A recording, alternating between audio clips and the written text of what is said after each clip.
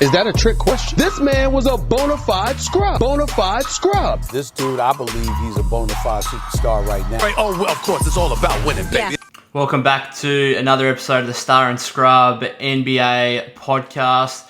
Joined by Lee again on this beautiful Sunday afternoon. I wish I could say it was beautiful. It is the worst weather I've seen in Tasmania for quite some time. We're getting warning messages via text. It's that bad. I don't think I've ever had that before. But you're in nice old Melbourne, which the weather's probably a bit better, but you're still in lockdown, so I don't really know if that matters too much.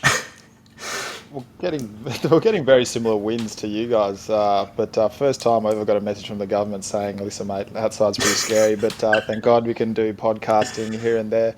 How are you though, mate? You told me that you had a bit of a celebration yesterday. You had a big monumental step in your life. Yes, I graduated from my journalism course. I didn't actually go to the ceremony because I had no interest in watching 300 other people or however many it was going to be. People, I didn't have any interest in watching them walk across the stage for a couple of hours when I don't really know them, and I didn't really think it was worth it.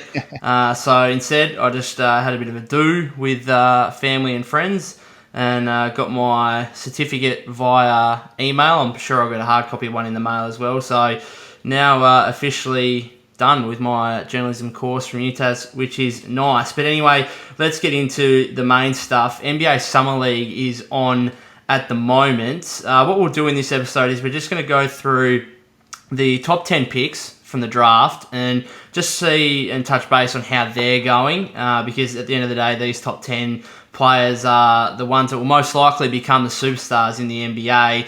But we will give a little bit of love as well to those players who may have been the later draftees and also the second-year players that are returning to try and find some form and growth in the Summer League ahead of their second NBA season. Lee, have you been catching up with any of the Summer League action so far? I really have. I'm spending a lot of my nights after work watching those highlights, and lots to talk about. Second-year players you talked about, steals of the draft. There's plenty in this NBA draft, that's for sure. Yeah, that's it's crazy how we watch Summer League, and I just think there's just so much overreaction to it. It's not the NBA at the end of the day, let's be honest. It's basically all these guys are coming up against their contemporaries, I guess. They're players around the same age and whatnot. So yeah, there's a lot of obviously these highly talented players and then a lot of guys that are trying to find a contract in the league. But as I said, we'll start off with the top 10, and the only place to start is the number one pick, Cade Cunningham. Didn't play today for the Detroit Pistons, but has played 3 games. He's averaging 18.7 points per game, 5.7 rebounds, 2.3 assists, 42.9% from the field. But he did go 7 of 10 from 3 yesterday, which actually lifted his 3-point percentage to exactly 50%. So he's shooting a better percentage from 3 than the actual field. What have you made of the number 1 overall pick so far? You've said it's hard try not to overreact, but I'm overreacting with Cade Cunningham. He is everything as advertised. I'm still yet to find a flaw in his game. I think the poise that he plays with, this sort of smoothness about his game, he's definitely changed his jump shot as well. It definitely looks different to the one he had in college. But as you said, mate, 7 of 10 he shot from the field the other day.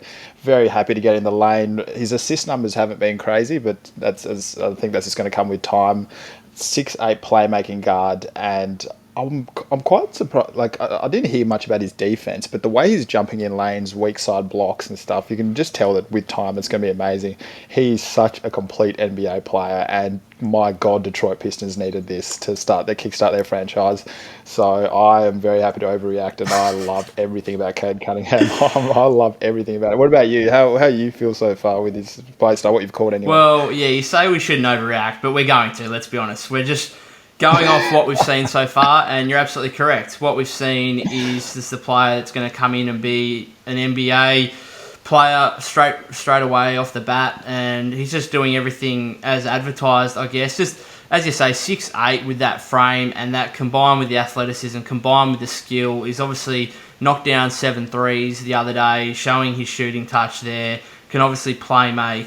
You know, he's just got all the tools, and as you say, there's no weaknesses. Even if you say maybe defense is a weakness at this stage, with that size and that athleticism, he can become a really good defender at the NBA level. So the only thing I will say about him is, I'm just going to jump into pick 2 here as well, in Jalen Green, who has also played 3 games, has averaged 20.3 points, 4.3 rebounds, 2 assists. And the thing about Jalen Green is I watched him come up against Cade Cunningham the other day, big matchup between the Pistons and the Rockets. I think it was on Wednesday Australian time because I actually was able to watch the game live. And Cade was good. I just thought Jalen Green outplayed him. And yes, I'm not going to overreact and say, oh my God, Jalen Green should have been the number 1 overall pick.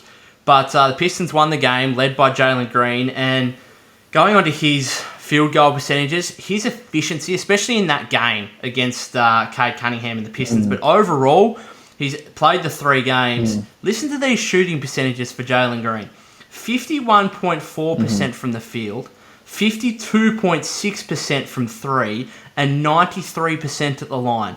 I've watched this guy. His efficiency is ridiculous so far in this summer league. He's another guy that's everything's advertised. I was worried about his efficiency as the main thing because all the highlights I saw was step backs and some tough looking shots, and he hits them at an efficient clip at 18. And he's got a very contrasting style too. Cade Cunningham. Cade Cunningham's that smooth style scorer, but Jalen Green just explosion and at the rim running downhill. So he's that 20 points at the average in summer league. I think that's what he'll average in the regular season. He's so confident in his game style, and I haven't seen enough of his defense or playmaking, but at this stage, mate, he's due just be a highlight reel every night. I think he's everything that was advertised, and I'm happy to overreact for this bloke as well. Yeah, I'd have to double check. I think he's almost the most ready-to-go player, and I'd have to have a look. In fact, I'm going to do it right now. Just have a look at the Rookie of the Year odds so far, because I think he would be my pick right at this stage. Obviously, we're even 6 weeks, couple of months out from the NBA season starting, but he would be my pick so far. He just looks like a guy that, as you say, is going to come in and average 20 points a night. But but looking at the situations they're in, who do you think's gonna? Do you think he's even with the situation with John Wall and stuff being there? Still have all so those that was my other thought was that, well, yes, he's going to come in and be that good that early, but he's also got to not put up with, but play alongside John Wall and even Kevin Porter Jr., who are guys that are going to want the ball in their hands. If we look at the odds so far, so this is with Sportsbet, Cade Cunningham $3.10, Jalen Green $3.75, the 2 clear top ones in the market there, as the draft would indicate, I guess, at the end of the day. So, yeah, those 2 guys have been absolutely fantastic. But as I said, I watched that game in full between the Pistons and the Rockets, and I actually thought Jalen Green outplayed Cade Cunningham just purely through his efficiency. Well, I saw them guarding each other as well. So if we've got a 10, 12-year rivalry between them, I'll be very happy to see that. Looking forward to it, that's for sure. Absolutely. Evan Mobley, who I was incredibly high on, I said he's going to be the best player of this draft. Shaking. You've got his averages there. Yeah, so he's again played the 3 games, 11.3 points, 7.7 rebounds, 3 assists, and 1.7 blocks for Evan Mobley thus far. I've only got to watch the 1 game in its entirety, the Orlando game. He had 14 points, 7 rebounds, 6 assists, and a single block. And I think he'll get very close to averaging those numbers come the regular season, his first season. I still am going to stand that he's going to be the best player in this draft. The skill set and tools that he is coming with at this stage, there's obviously plays in there where he looked he was rushing a lot of things. But when he's just at the top of the post, just playing off instincts, his playmaking ability is unbelievable at this age. And only a bit of time, a bit of experience, and obviously a bit of size. Yeah. They've got Jarrett Allen as their starting centre for the time being, so it gives them the time to develop. They've got Rubio, Garland as their guard, so they can take the playmaking duties. I am the top 3 picks, I think, are generational talents. These guys, they're like franchise-altering sort of guys. I love it. Yeah, I agree. Look, the stats aren't great, but I actually think he's someone that's going to play a lot better with better players around him in an actual NBA system, because to me the playmaking's been it. He can actually, I don't want to go as far as comparing him to Nikola Jokic, but he can actually run an offense for you as at that high post, and as that size, he can actually run the offense for you. He's averaging 3 assists, which is pretty good for a big man as is. But you run the ball through him, with the actual Cavs team, and you have better shooters on the perimeter on the outside. He could bump that up. I wouldn't be surprised to see him averaging 4 or 5 assists in his rookie year, to be honest. Well, with better players, shooters in around him as he gets more familiar with systems and what certain players can do. He's got Garland. Jared Allen's a lob threat. So the top 3 picks, mate. If you're a fan of either of those franchises, you'd be sleeping very happily, that's for sure. Yeah. The other thing is 1.7 blocks. I think he can create a magnificent front court defensively with Jared Allen there as well. Pick 4, obviously was a bit of a surprising pick to the Raptors. Scotty Barnes has played the 4 games, 15.5 points, 6.8 rebounds, 3.3 assists, 2 blocks and a steal. We knew what he could do defensively coming into the NBA, shooting 41% from the floor and just the 27% from three-point range. Although I have seen his shot, it looks a little bit better than what I thought. I remember a few episodes ago when we did our draft preview, I was pretty scathing on the look of that jump shot. I think he's improved it a bit. The percentages don't necessarily tell you that, but it looks better on the eye, I'll put it that way. Absolutely. I think I said he's quite a boom or bust prospect. I think the tools he was coming with, he was played point guard at 6'9", and he can defend 1 to 5. And as I said, I was quite surprised when he went number 4. I really thought Jalen Suggs, especially now that Kyle Lowry's in Miami, I thought Jalen Suggs was the best person for the Toronto Raptors franchise moving forward. But as we know, they're a top-tier franchise in terms of talent. I mean, look what Pascal Siakam did in his breakout season, and Fred VanVleet they found out of nowhere. So they're a top-tier franchise in terms of development, so who knows? And I want to be careful how I say this so it doesn't come across that way, but I am so impressed with Scotty Barnes, and I think he could be Giannis-esque in the way of mentality. He has this energy that he plays with, and this sort of want. You and I have talked about mental toughness in a way that Giannis has this. The Simmons of the world just doesn't, and even Embiid to some point, he just don't want to. And I think Scotty Barnes, he wants to defend these players. He wants to get better, and if you build the team in a certain way, you get that. I'm very happy that it's Toronto that he goes to, and I think with those tools he's coming with, at 6'9", guarding 1 to 5, his shot, as you said, it's improving. Just at first glance, I think Scotty Barnes is going to be a freakish talent should he tap into his full potential. Yeah, I agree. And what you said about there going to the Raptors, I think, is a big thing as well. Because if he was to go, let's say he was presumed before the draft that he might go pick 5 to the Magic. If he goes to the Magic, it's like you're debating whether or not, despite his mentality and stuff, whether the Orlando Magic could actually develop a player like him. But now that he's at the Raptors, you see their system and how they've developed players like Siakam and VanVleet. You've got full confidence, or I've got full confidence, that they can develop Scotty Barnes into a very high-level NBA player. But the guy that was destined to go pick 4 for so long, Jalen Suggs, eventually went pick 5 to the Magic. He's played 3 games, 15.3 points, 6.3 rebounds, 2.3 assists, 41.5% from the field, 35.7% from three-point range. Any comments or thoughts on Jalen Suggs so far in the Summer League? Another guy that can do everything on the ball. I read that growing up he was an elite level running back, like in the American football player, and he actually could have gone to college. And it must be nice to be able to just have those picks or go to college. Must be nice for some. Yeah. But no, another guy I'm very impressed with, and I've got another guy I'm just stoked that Orlando finally have a guy for him. Big dude, defender, a really good outside shooter as well, which I'm quite surprised. I didn't know that about him. So you've got Markelle Fultz coming back from an injury. Cole Anthony is probably more of a role player, at least at this stage anyway. So I think he slots into that number 1 point guard position pretty easily. And I think he's just a tough, great leader moving forward for Orlando. Have you got to watch him? Yeah, watched him a little bit. I think he's the perfect player for Orlando. As we just spoke about debating whether or not they could develop a player like Scotty Barnes, I think Jalen Suggs could go to whatever organisation and he will be a high-level NBA player. It's a guarantee, really, that he's just going to be a very, very good NBA player.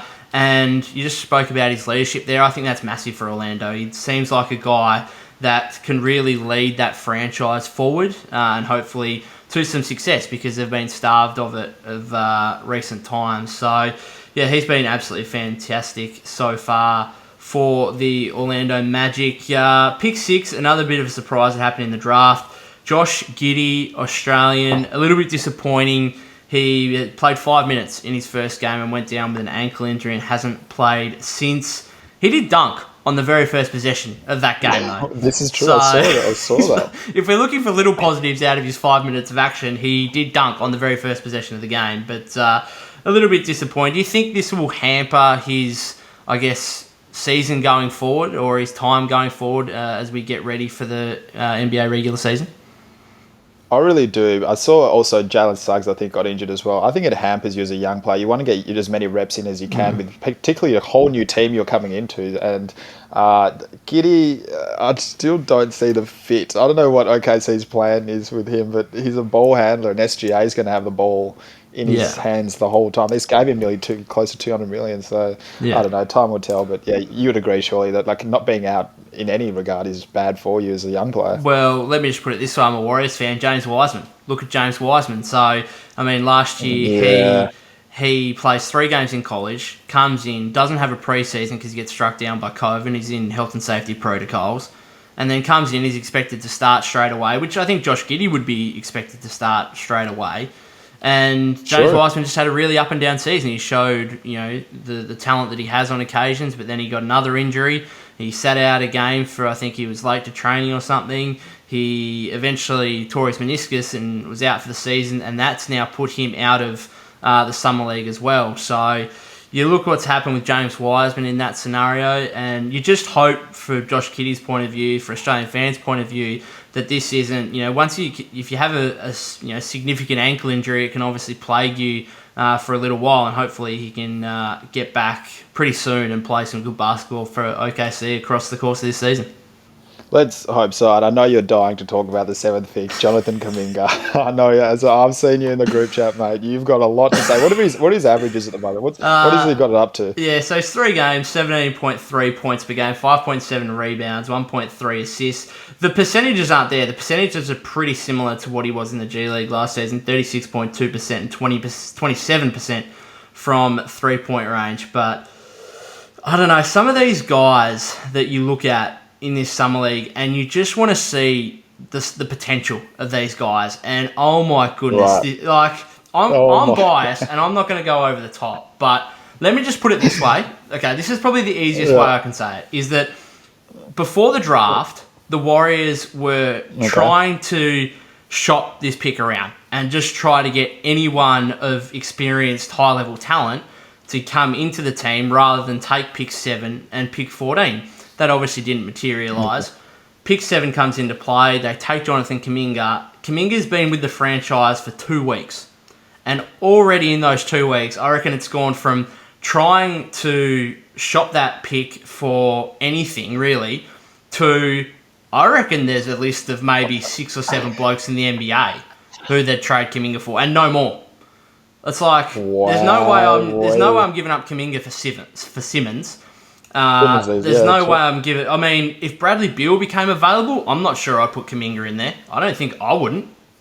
As a Warriors fan, I wouldn't want that. Man, this guy just screams potential. And I don't know, you must have seen his play yesterday where he crossed up a guy, he snatched back, then crossed up a guy, then went down the lane and dunked. And I was in bed watching it, and I jumped up out of bed.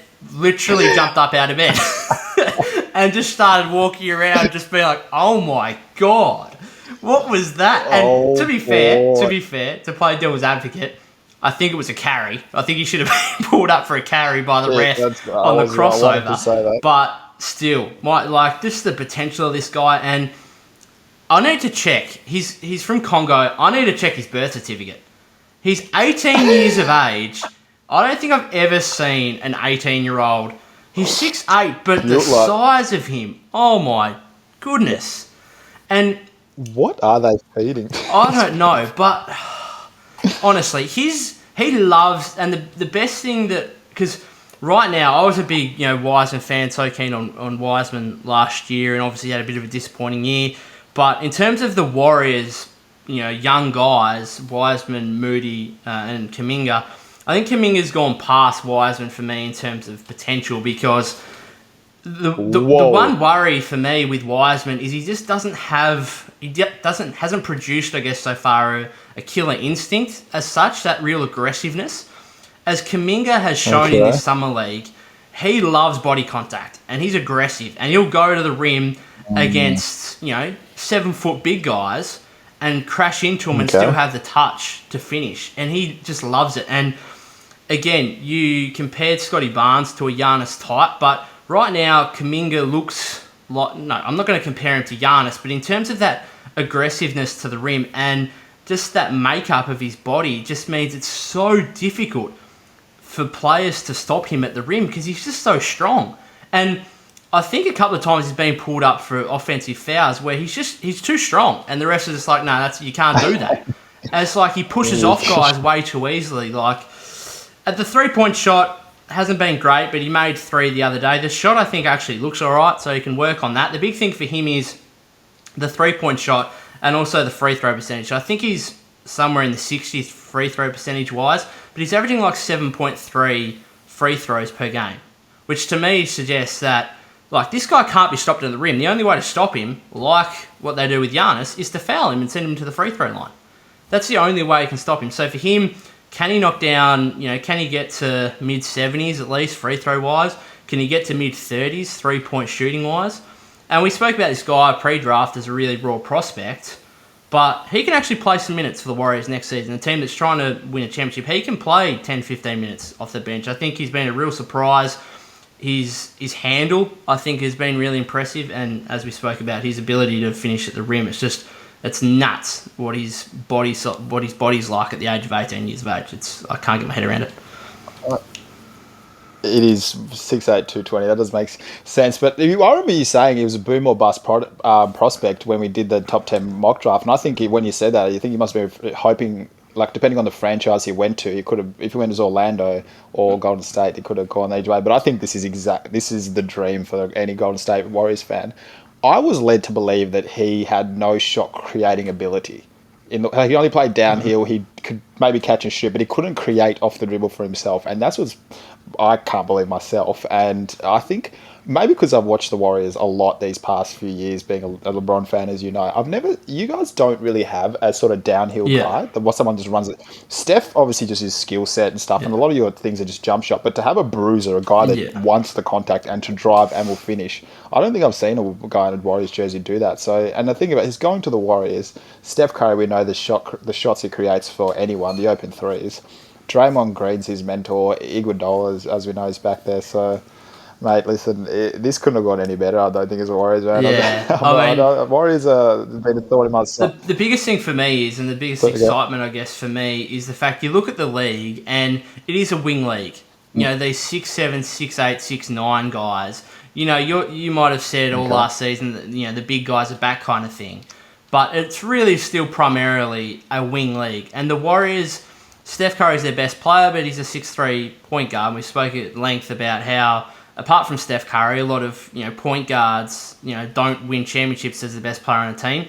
The Warriors have got a guy here who has superstar potential, who is that wing type, 6'8", plays the 3 and 4 positions. Yeah, I'm super excited for his development. And I actually think the handle I spoke about, I actually think his playmaking ability in terms of, it's not great at the moment, but I think he can get there because he seems to have a higher IQ than I think a lot of us thought he had in terms of when he is dribbling and trying to create for himself. He does have an ability to see open guys and try and make the pass. Now, oftentimes those passes aren't executed, but that's a lot better than me, watching Kelly Oubre Jr. last year, just dribble into the lane and then just go up against 4 defenders and missing 3 blokes out on the perimeter all by themselves. At least Kuminga can see that pass and try and make it. Now, sometimes he turns them over and doesn't execute those passes, but I think he actually has an ability to play make as well moving forward. But we'll get on from that because I've just gone on a rant for 6 minutes about how much. You could have. Let's make a pact that we're never actually going to use his nickname on this podcast, or I'm not going to. If you want to use his nickname, you can. But maybe I'm hoping children might listen to this, so we don't need to go there. But it's really caught on social media. Oh my! Imagine him playing a great game, opening Twitter and It's they need to come up with a new nickname for him because this one's sticking. And anyway, let's wait. A player that I have been slightly disappointed in that the Warriors were potentially going to take at 7, and he fell to the Magic at 8. Of all these guys, he's probably been the most disappointing thus far, and that's Franz Wagner. For the Magic, 3 games, 6.3 points, 4 rebounds, 1 assist, 40% from the field, and then I had to take a double take on this. In fact, not even a double take. I checked it like 10 times to make sure this was correct. 3-point percentage, 8. He's shooting 8% from 3-point range. So that's not a great start for Franz Wagner. But, I mean, it's only summer league. Let's try not to overreact too much. It's hard not to, though, mate. 8% is a really, really, really bad number. And he had questions about his outside shooting. I think that he was a good defender and he had some playmaking, I believe. But 8% already, that's not a base you want to start off. So, and we know it's Orlando as well that he's at, who don't develop players very well. So that's just, obviously summer league, only a few games, but that's not what we want to be reading at this stage anyway.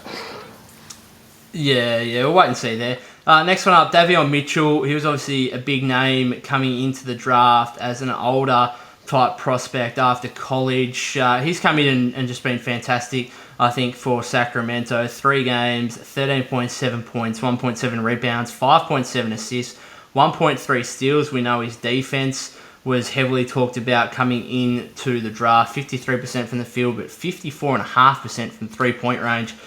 Just looks like a guy who is just going to be the perfect backup to De'Aaron Fox, just coming straight into the league. Well, the two biggest things, his defense and his outside shot were the two, I guess, talking points. The defense is exactly as advertised. There was this one play that went pretty viral, him on James Bouknight, who is an elite level scorer, completely shut him down. And James Bouknight's 6'5", Davey Mitchell's 6 foot, if that.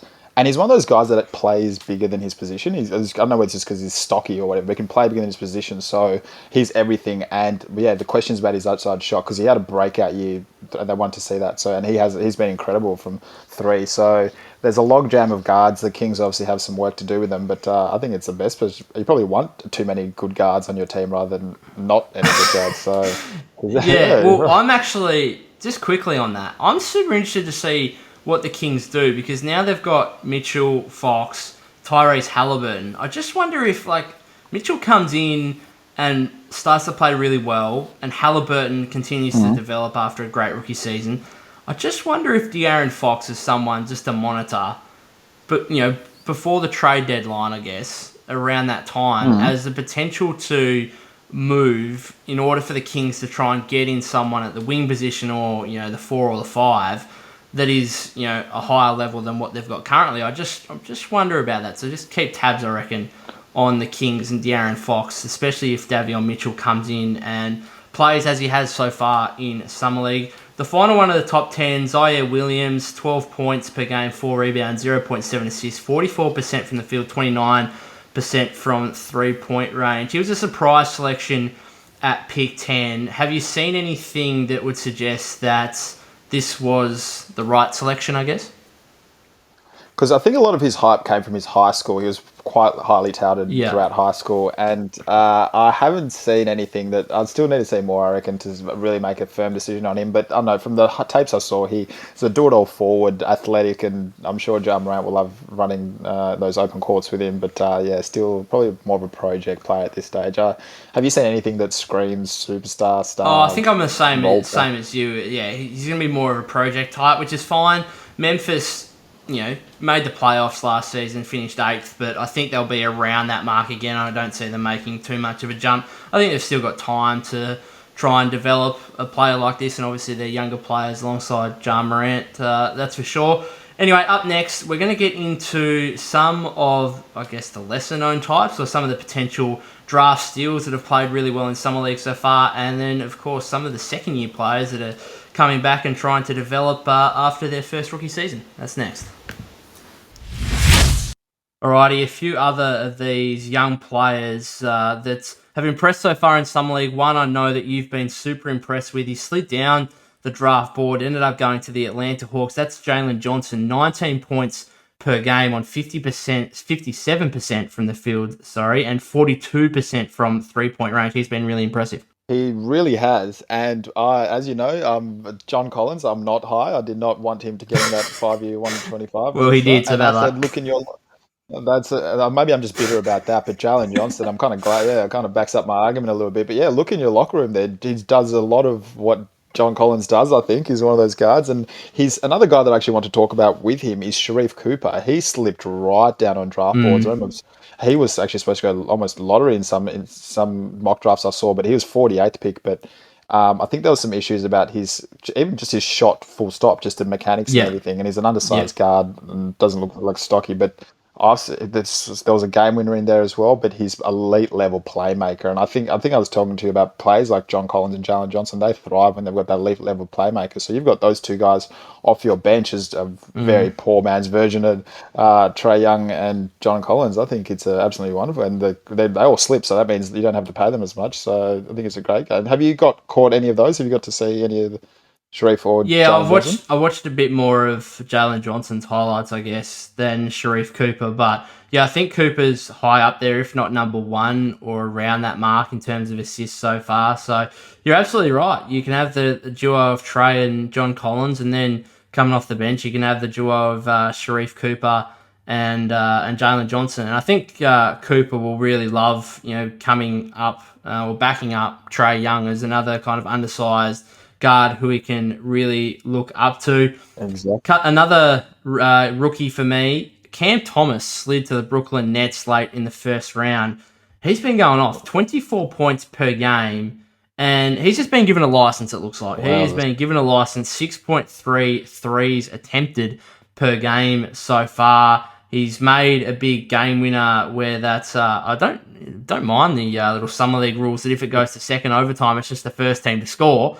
And Brooklyn went into one of those the other day, and Cam Thomas just knocks down a one-legged three-pointer, if you don't mind, to win the game. But he seems to have a license, and I think he's actually a guy that could play a bit for Brooklyn off the bench. It's one of those types that you throw him out there. If he makes a couple of shots, you keep him out there for a bit longer. If he doesn't, then you pull him and he only plays 5-6 minutes a game. But I think he can actually contribute right away.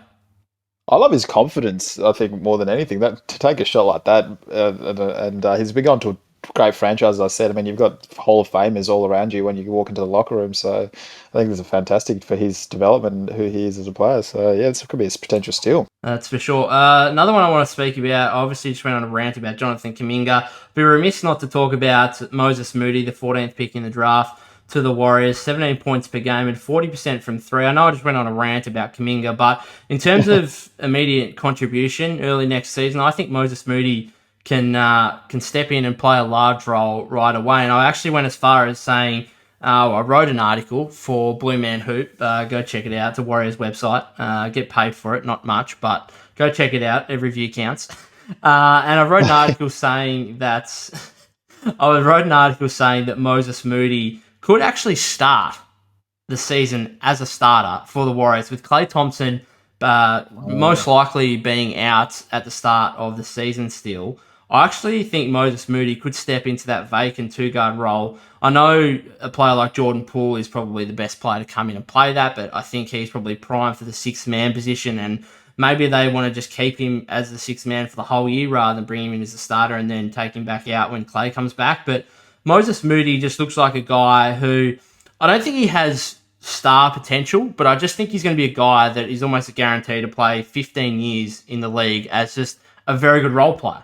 And the guy I kind of compare him to is Danny Green, as a guy that can knock down his shots from three, just make the right play when he needs to, isn't overly quick as such on the floor, but can be a really reliable, good defender with that 6'5" size. He's got a 7-foot wingspan. So he's a guy to me that can step in and contribute right away and even potentially start for the Warriors, depending on how training camp and his preseason games go. Have you caught much at all of Moses Moody? No, I thought you were about to say like Kendrick Perkins does, Moody or whoever says it. No, I've watched a lot of his college highlights. I haven't seen much of his summer league, but I've heard he's got that 3-and-D mold. And for mentorship more than anything, if I'm a 3-and-D player, I'm going to the best 3-and-D player. Klay Thompson is my mentor in the league. So that's not a bad shout, actually, because Klay Thompson's out for the first 10, 20 games, I believe, for next season. So, Moody will be a good good NBA player, I reckon. Thanks, Perk. Anyway, let's jump in. We'll go on to a few second-year players, or even third-year players. I think one of these guys might be a third year. Yeah, in fact, I'm pretty confident he is. But I'll start with a second-year player, Tyrese Maxie, for the Philadelphia 76ers, leading the league in scoring at 26 points per game, 5.5 rebounds, 4.5 assists, He's doing absolutely everything for the Philadelphia 76ers. Does his play, I guess, as a backup point guard make you think, well, does it have any, I guess, change in what Philly do with Ben Simmons, in all honesty? Like, does this guy project as a starting level point guard that makes Philadelphia think, hang on, we've actually got a guy here that if we get rid of Ben Simmons, he could actually come in at some point and be a starting point guard? I don't know if I've got to the point of being a starting point guard, but I'd be very stoked as a Philadelphia front office in his stock going up, his value.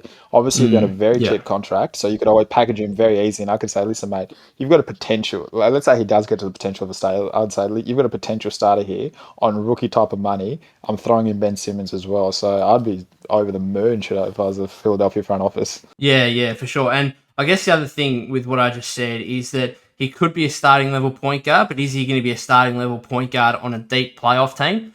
The answer is probably no to that. And for Philadelphia, they want to try and contend next season. Regardless of what they do with Ben Simmons, you've got Joel Embiid there. You want to try and take advantage of his prime that he's in at the moment. So at the end of the day, is Tyrese Maxey going to be the starting point guard on a championship, well, hopefully a championship level team? Probably not. So from that case, he might not necessarily make a difference to what the 76ers want to do with Ben Simmons. Obi Toppin is an interesting one for the Knicks. I thought he had a relatively disappointing rookie season, to be honest, but he's averaging 23 points per game, which is good for 5th in the league so far. Have you seen much of Obi Toppin, and do you think he can make much of a difference going forward to a bit of a revamped Knicks team with Kemba Walker and Evan Fournier coming in? I did see his 31 points, but I do now worry about the fit because you've just given Randall this extension. Randall, who's your starting power forward for the future, by the looks of things now. You've paid Nerlens Noel, who's a backup center, this money. So I'm trying to say, and Obi Toppin, you can't really put him on the perimeter in a way in terms of shot creation. So I do wonder about the fit there. But again, as I said, rookie contract. And if someone's outperforming their contract, that's amazing if you're a front office. Because then trade material there. That's absolutely trade material. So it's great that he's playing, but I really wonder where he fits now. Like, what's his role at the New York Knicks next year? Just their backup big. Their backup big. I guess he's just a backup. What's his best spot in the NBA? Is he... Because he's only like 6'7", but he's got elite athleticism. Is he a 3? Is he a 4? Is he a small ball 5? Like, I don't know. I guess he's probably a backup 4 for the Knicks, I suppose, next season. But then you got the likes of, I don't know, Taj Gibson. I guess he can play backup center more than anything. But yeah, anyway, at the end of the day, he's playing well, and that's what you want as a Knicks fan. That's all you want. And let's be honest. Those Knicks players, the guys they've got, they're not superstars. So if Obi Toppin comes into training camp and starts to dominate and starts to really put his case forward, then he will get minutes somewhere. And he will play 20, 25 minutes a night if he's good enough. It's not like he's trying to overtake Kevin Durant here for a role on the team or anything. Like, he will find Julius Randle. Like, he can play alongside Julius Randle. That's fine. So, I don't know. It's obviously a positive for Knicks fans that he's playing well after what I thought was a relatively disappointing first season. Another player who I think is coming into his 3rd season, and I even mentioned him on one of our, back when we were Inside Feed NBA, one of our preview podcasts for the awards section when we were talking about Rookie of the Year, because he was still eligible last season. It wasn't a great pick. I didn't pick him, but I just mentioned him. I think he was about $26 at the time. Bol. This guy fascinates me, to be honest. He really does. 21.7 points per game, 40% from 3, 6.7 rebounds, 2.3 blocks. And I see all these highlights of him, making threes off the dribble and dunking and everything. And all these fans are just like, why isn't this guy playing more for Denver in the NBA? Why is he not being given a role? And then I just see all these Nuggets fans come back saying he just doesn't make winning plays. He just doesn't do all those small things that you need to be able to be helpful and contribute to a winning team. And I guess I'd look at his plus-minus over his games so far in this summer league. He's actually minus 14, plus-minus in 3 games. So I guess that's also contributing to Nuggets fans' belief that, okay, he looks good, and he's 7'2" and he can do all these things, but how much is he actually contributing to winning at the end of the day? Well, he went late second round, so and if you take someone late second round, you're happy that they're a project. But I'm so amazed at the way he plays his game style. I've seen the plays where he gets the rebound and dribbles up the court. And because he's so long and lanky looking, it's such a weird looking thing. But I love ball as a player. I think it's very entertaining. Because I thought when they let go of Grant, their plan was that he would slot into that 4 position and be the help for Jokic, but he's still many years away, I think, ball at this stage. And listen, he's on a late second round contract, so you wouldn't lose too much sleep over it. I don't know. It's a hard one because I think he's just got like a 1% chance of being like amazing, like a genuine great player. And if I'm the Nuggets, I'm thinking, well, I don't really have a role for this guy on my team, but in terms of his trade value, he doesn't have any trade value. So if you're going to trade him to another team, all you're getting back is like maybe a second round pick. And given he's got like a 1% chance to be great, it's not worth it. But I'm just be super interested to see if he went to a young developing team who actually gave him like 20 minutes a night, what he could become. Because some of the stuff he does, like no one else at his size can do. Like it's quite incredible. Well, I think now that Giannis just became the Finals MVP and probably has a case for best player in the NBA, people are going to look at these freakish talents who can put the ball on the floor and think, maybe I've got a game plan here. Maybe if I do this the right way, I could have a potential future. So I'll be watching a lot of ball though. Just his name as well. He's a strange, fascinating player that I don't know. I don't think anyone can predict where his NBA career is going to end up. No way. If he makes an All-Star game, I wouldn't be surprised. But if he was out of the league in 2 years, I wouldn't be surprised. Like, it's weird.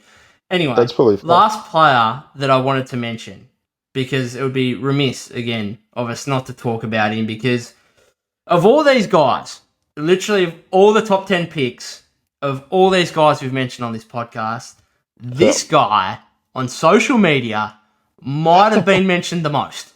Literally. LiAngelo Ball. Jello Ball. 10.5 points, 42% from 3. And then I was kind of looking across his stats. I was like, 1.5 steals in not much playing time. Like, that's not bad randomly for a guy that I don't think he's a good defender, but he's got 1.5 steals per game. So that's all right. My question to you, I asked it on Twitter earlier today and also on Instagram, on our Instagram story. So go vote there. Will LiAngelo Ball play 1 minute of game time in the NBA regular season this upcoming season? I think he will. I think he will make the Charlotte Hornets roster. I think he'll be a two-way. I actually think he'll be a two-way contract for the Hornets. Whether it's a two-way, but actually probably two-way is the safest way to go about it. And I think he'll be on the roster for the same reason Giannis's brother is on the Bucks roster, just to keep him as happy. Really? That's the point I hadn't thought about, but I like it. Because Giannis, I remember when because they just signed his brother for another 2 years, and I think you've seen how Giannis loves his brothers. He posts them everywhere, and I think LaMelo Ball, Charlotte Hornets, they don't want to ruin their relationship at all with LaMelo Ball, and I think the hype train from social media, keeping LaMelo Ball as happy as possible, and it's put him on a two-way contract and just say, listen, mate, you didn't perform to your contract. If he plays bad, say, listen, mate, you didn't perform, so you can leave, and you'll be fine either way. You keep LaMelo Ball very happy, so. I think it's he was. Yeah, Why, that's a good point. Do I think he will? I think he will. Yeah, I think he'll get a two-way contract, and part of it is what you just said. I think that's a great call because I saw Thanasis Antetokounmpo's 2-year contract extension, and I was just like, really, 2 years for this guy?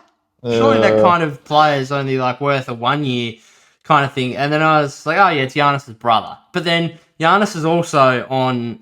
Just signed a 5-year contract and just won a championship. But anyway, it is what it is. But yeah, LaMelo obviously coming into his second season. He's still got a couple of years left, obviously contracted at the Charlotte Hornets. But yeah, in terms of making him happy and if, having LiAngelo on the roster helps LaMelo Ball develop into the all-star caliber player that we all expect him to be, then why not on a two-way contract? Why not? I mean, it's minimum money. Give the guy a chance. He can shoot the hell out of the ball. I'm not sure what else he can really do, but he can do that. And that's a big thing in the NBA. He's a sniper, and you're the Charlotte Hornets. You still 5 years as well. Yeah, he's 2 years away from the playoffs. Mate, roll the dice. If it goes well, you look like a genius. Yeah, and you know who does look like a genius? If this does eventuate? LeVar Ball. All three sons in the NBA, as he prophesized, was it 3 or 4 years ago now? So, I don't know. For all the controversy that guy creates, he has spoken, or is speaking this into existence. That's for sure. But anything else you're looking out for in Summer League as we move forward? I think we've just really got everything that we needed to know out of these few games that these young guys have played. But is there anything else from the Summer League or the NBA in general that you're looking forward to in the next couple of weeks?